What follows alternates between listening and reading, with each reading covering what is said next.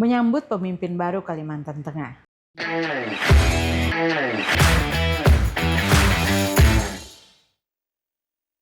Halo teman podium, hingar-bingar pemilihan kepala daerah atau pilkada di Kalimantan Tengah kini telah mereda.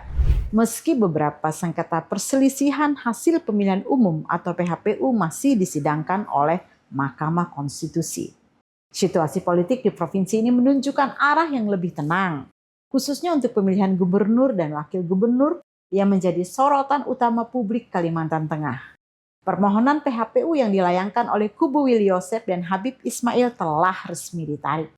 Peraturan Komisi Pemilihan Umum Nomor 2 Tahun 2024 tentang tahapan dan jadwal pemilihan gubernur dan wakil gubernur, bupati dan wakil bupati, serta wali kota dan wakil wali kota memberikan pedoman jelas bahwa KPU Provinsi dan KPU Kabupaten atau Kota dapat menetapkan pasangan calon terpilih sesuai hasil sidang PHPU yang tengah berjalan.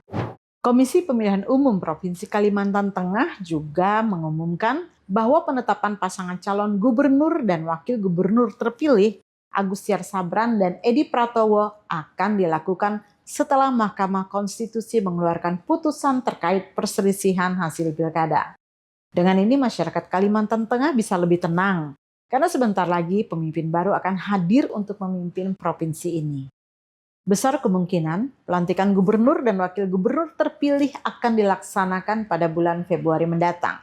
Namun meski kegembiraan masyarakat akan kehadiran pemimpin baru ini tak terbendung, tantangan besar masih menunggu. Pemimpin terpilih akan menghadapi sejumlah ujian penting dalam memimpin Kalimantan Tengah menuju masa depan yang lebih baik. Salah satu tantangan utama dalam transisi kepemimpinan ini adalah menjaga stabilitas sosial dan politik. Setiap perubahan pemerintahan pasti membawa dampak, baik dalam segi kebijakan maupun dinamika sosial. Pemimpin baru harus siap menghadapi potensi gejolak yang bisa merusak keharmonisan daerah. Stabilitas ini tidak hanya penting bagi kelangsungan pemerintahan, tetapi juga untuk menciptakan suasana kondusif bagi masyarakat yang akan merasakan dampaknya langsung. Tidak kalah penting, para pemimpin baru di Kalimantan Tengah harus memastikan bahwa program-program pembangunan yang sudah berjalan tetap berlanjut dan tidak terganggu. Salah satunya adalah program-program yang telah menjadi janji politik selama masa kampanye. Program-program ini perlu disesuaikan dengan kebutuhan masyarakat serta diimplementasikan dengan transparansi dan akuntabilitas yang tinggi. Karena pada akhirnya pilkada adalah tentang rakyat dan pemimpin daerah harus selalu mengedepankan kepentingan masyarakat. Gubernur Kalimantan Tengah saat ini, Sugianto Sabran, sudah memberikan pesan penting terkait estafet kepemimpinan yang akan berlangsung.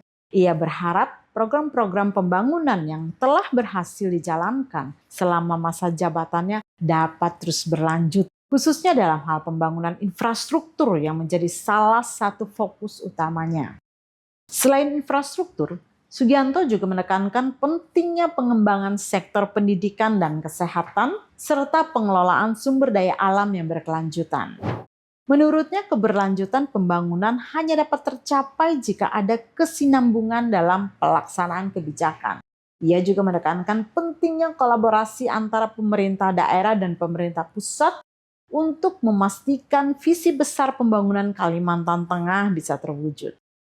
Visi Kalteng Berkah yang diusung oleh Sugianto Sabran selama masa pemerintahannya merupakan gambaran jelas dari arah pembangunan yang fokus pada pembangunan infrastruktur dan peningkatan kualitas sumber daya manusia atau SDM.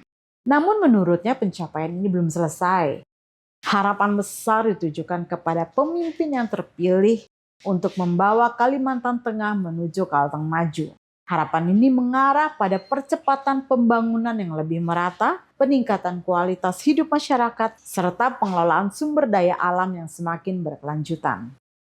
Pemimpin baru Kalimantan Tengah akan memikul tanggung jawab besar untuk mewujudkan visi ini. Tak hanya sekadar melanjutkan, tetapi juga memperkuat kebijakan-kebijakan yang telah terbukti memberikan dampak positif bagi masyarakat. Dari pembangunan infrastruktur hingga sektor pendidikan. Pemimpin baru harus mampu membawa Kalimantan Tengah ke tingkat yang lebih tinggi, sejalan dengan harapan seluruh masyarakat. Masyarakat Kalimantan Tengah tentu menantikan perubahan yang lebih baik. Tantangan besar yang dihadapi oleh pemimpin baru bukanlah hal yang mudah. Namun dengan semangat gotong royong dan dukungan masyarakat, transisi kepemimpinan ini diharapkan dapat berjalan sukses. Yang terpenting adalah pemimpin yang terpilih mampu membawa Kalimantan Tengah menuju kemajuan yang lebih inklusif dan berkelanjutan. Memastikan bahwa setiap kebijakan yang diambil akan memberikan manfaat yang nyata bagi rakyat.